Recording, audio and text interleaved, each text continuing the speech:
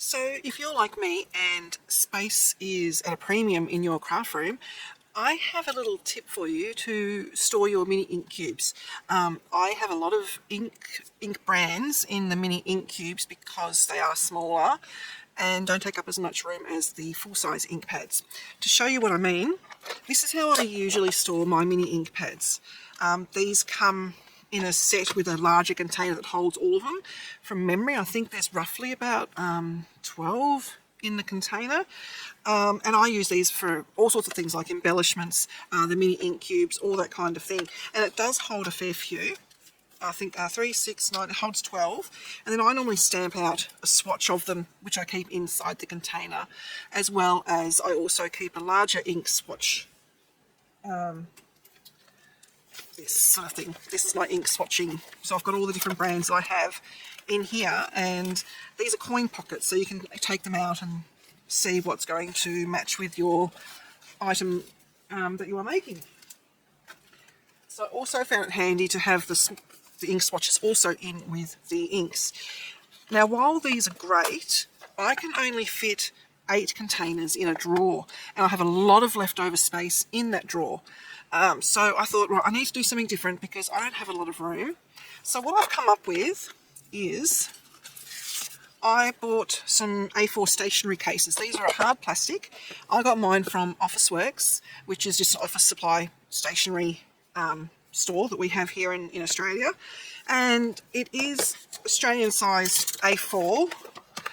So this is an Australian size A4 sheet here, which is roughly 11 3/4 inches by 8 1/4 inches. So our A4 is slightly a different size to the American size, but these are designed to fit our A4 into. So if it fits our A4, it would definitely fit American A4, because American A4 I think goes to 8 1/2, which still fits easily in here. So what I wanted to do was pop all my ink cubes in here, but I didn't want them sliding around like they do in the smaller containers, because in a bigger container they're all going to get mixed up. And if you're like me, I like having them in some kind of order, colour family, or if you've got ink cubes that belong in a set of 3 or 4, so you've got the light, medium and dark tone, I didn't want them all getting mixed up. So I needed to devise a way of putting them into here without having them all mixed up. So what I've come up with is I use, this is the cardstock I use for, it's about 176 GSM. It's what I use for all of my pockets that I store my stamps and dies in. I cut them all up as a backing sheet, like so, so that all of my stamps and dies sit nicely in the pockets.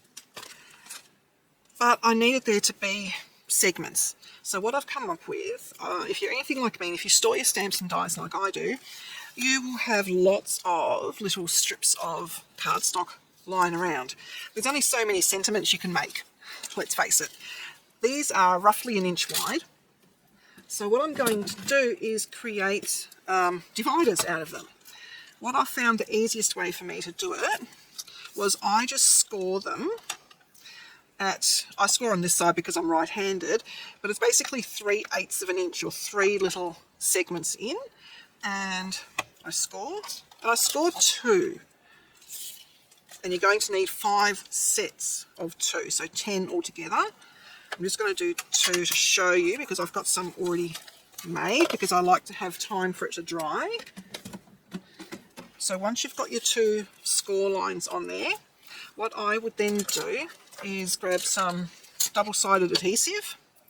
I've just got tear tape here, and I'm going to pop the tear tape on the side that we actually scored on, so it's a divot in the cardstock rather than the mountain. I don't know if you can see the difference there. So that's the inside, and that's what the other side looks like. So I'm going to put tape on the indented side, and I'm just going to put it just after where that score line is. And you can either rip it, cut it, or I just grab an acrylic block and tear it. So you're going to do that on both of them, or on 10 if you're doing a whole container. It doesn't have to be straight. We are not going for perfection here. We are basically going for what suits a need. So now we're going to fold back and burnish. So we're folding into the mountain side. So we've got the score tape on this side. So we're going to fold it back on itself. I like to guide it a little bit first before I go in with the burnishing tool or a bone folder. So what we end up with is a little L shape there. And we've got the score tape there. I'm only going to do one for the moment, because what I'm going to do now is glue these two together. You can use tape if you want to. I find glue just that little bit easier. Just going to grab my non-stick mat, because if you're like me, glue ends up everywhere. Any liquid glue will be fine. So we're going to glue on the same side that we put the double-sided tape on. We're just going to only do it above the score line. It doesn't have to be pretty, it doesn't have to be perfect. I just do a squiggle. Any sort of craft glue you have is going to be well and truly strong enough. And I'm basically going to pop this piece just above our score line. So the score line is right there, and I've buttered that up against it. And now we just give it a good burnish, making sure the glue is all down. Just wipe away any excess glue, and then we are going to the other side and we are going to fold back along that score line and burnish. So what we end up with is a piece that looks like that. And you can do this out of one piece of cardstock and cut it 2 inches wide and score 3/8 of an inch from either side and in the centre and fold it. I'm just using up scraps that I have. So once you've done that, you'll need 5 for an A4 box. And I've got 5 here that I've done earlier, and they're nice and dry. I'm just going to put the pin back on my glue. So we don't need that anymore. And now I've got the A4 sheet that I'm going to be popping into the bottom of the case. And this is really simple. We are just going to do pencil marks where we want each of these to go. So we're going to be measuring on the short side. The first measurement is going to be at 1 1/4 inches. Then after that, it's every 1 1/2 inches. So you can either move your ruler along to there if you find it easier to do your 1 1/2, 3, 4 1/2, and 6. Or if you want to keep your ruler on the edge, it's 1 1/4, then 2 3/4, 4 1/4, 5 3/4, and 7 1/4. And that gives us 1, 2, 3, 4, 5 for the raised bits and 6 channels. Then all we need to do is draw a straight line across. If you've got one of these rulers, it makes it super easy because you put this edge against your paper and it will be straight every time. Sorry about that, guys. My camera ran out of battery.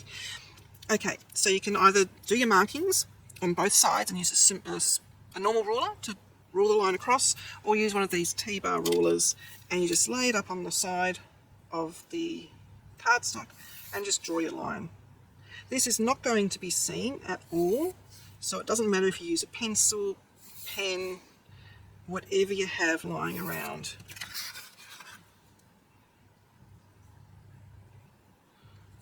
Like so. Easy done. Once we have that done, we then grab our little dividers. We're going to pull off one side of the double-sided tape, fold both sides in so we can see what we're doing. The sticky side is going to go down right on one of the lines there. You can use glue if you prefer, and just pop it down against the line. Then the other side, take the backing off, pop it down, and just burnish it into place. We repeat that for all 5 of the dividers. So both sides come up so we can see where we're putting it. Take off the second side, pop it down. Now what I'm doing here doesn't fit exactly into the case. There is a little bit of room left over on all the sides. If you want to be really precise, you can, oh hi River Song, hi, you can measure it exactly, but this isn't going to be seen. This is only here as dividers to stop your ink cubes from rolling all over the case. And you only really need to do this if you want your ink pads to not roll around all over the place. And one more. You haven't made an appearance in any of my videos before, have you, Riversong? You're going to sit right on top of my things, aren't you? You cheeky girl. You're right in my way. I just didn't get all that paper off that one. There we go. So what we have is a piece of cardstock. I'm trying to show it in the camera. And you've got your dividers. Okay, they will sit up straight once you've got ink pads on them. Then we're just going to grab our box. I'm just using one I've already taken the label off of the front. I'm going to open that up. And I'm putting this in the deep side. And I'm putting, doesn't really matter which way you put it in. It makes no difference. I'm going to grab all my boxes of ink. And if you want to, you can do it that way as well. I just found I actually fit more ink cubes in going lengthways. So now it's just a matter of filling it all up. It looks a bit dodgy at the moment, but once you've got a few ink pads in there, it does settle down.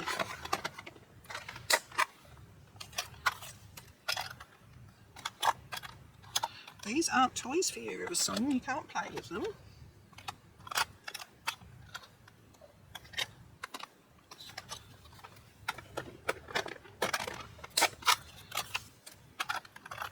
And if you only have a few of ink pads from different companies, you can mix your companies together. It doesn't make any difference what you have in here. It's up to you with what stock you have. You can even, if you want to store all of your ink pads completely by colour, have your different brands of yellows, then orange, then pink, and so on and so forth. I just like to keep all my brands separately because that's how I've done my swatching. I had 5 containers of Gina K.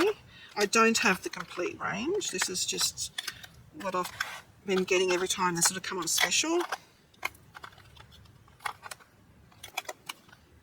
So there we go. That is all my Gina K's, all in the one box. And it's 1, 2, 3, 4, 5, 6, 7, 8, 9 across. 1, 2, 3, 4, 5, 6 down. So that is, maths isn't good today, 54, I think, something like that, that you can store in here. I also like to keep my finger daubers close to where I keep all my ink pads. I used to be able to put a few into each of these cases because it actually was roomy enough to do that. What I have been doing with these is putting them into this kind of container here, and in my drawer that sits like that, and then that just sits on its side like that, and it fits into my drawer. I am on the hunt for clear pencil cases, which would be better in my drawer because then I can actually put these in the container standing up, sort of like that, so that I can see all the different colours at a glance. I do like to keep these brand specific and colour family specific, so I won't have one for every single colour. I'll have one for the yellows, one for the oranges, one for light pink, one for dark pink, light purple, dark purple, all that kind of thing, and I'll have it very brand specific. I'm yet to label these ones. I've just been going through doing this for the moment. So what I would then do is I would put a label on here saying it's Gina K. I'll probably end up putting it on the side, to be honest, because I want to be able to put all of my swatches somewhere so I know what these stamp out as, because they don't, although the manufacturers try to make the colour on top true to what the colour is inside, but for example the Peach Bellini, this one always mixes me up. It's not what you think it is when it's actually stamped out. There's a few like that just from different companies that do that kind of thing. They're just not what you expect. I'm trying to think. I think it was was it the lilacs? Yeah, the purple is a tricky colour to actually get the toning right anyway. But that's the light lilac there, and that's the light lilac. So it's not even remotely close. But purple is one of those tricky colours. I learnt that from my cake making days. Purple doesn't transfer well. So what I'm thinking about doing is using another piece of the cardstock and stamping out my swatches just in a smaller, like a cube size, and then sticking it, maybe laminating it and then sticking it on top of there so that I know what colours are what. If I do that, I'd like to have them all where they're actually meant to be. So I might do that after I've got all the colours that I want to get from each company. I haven't really figured that out yet. But there you go, that is my, it's not really a hack, but my solution for storing multiple boxes of your mini inks, and so they don't go anywhere. They stay where they're meant to stay, and it does close up properly, as you can see there. So I can fit 3 of these into my drawer. I've got a spotlight cabinet. They're smaller than the IKEA range, so I had to be really frugal with how I store things in there.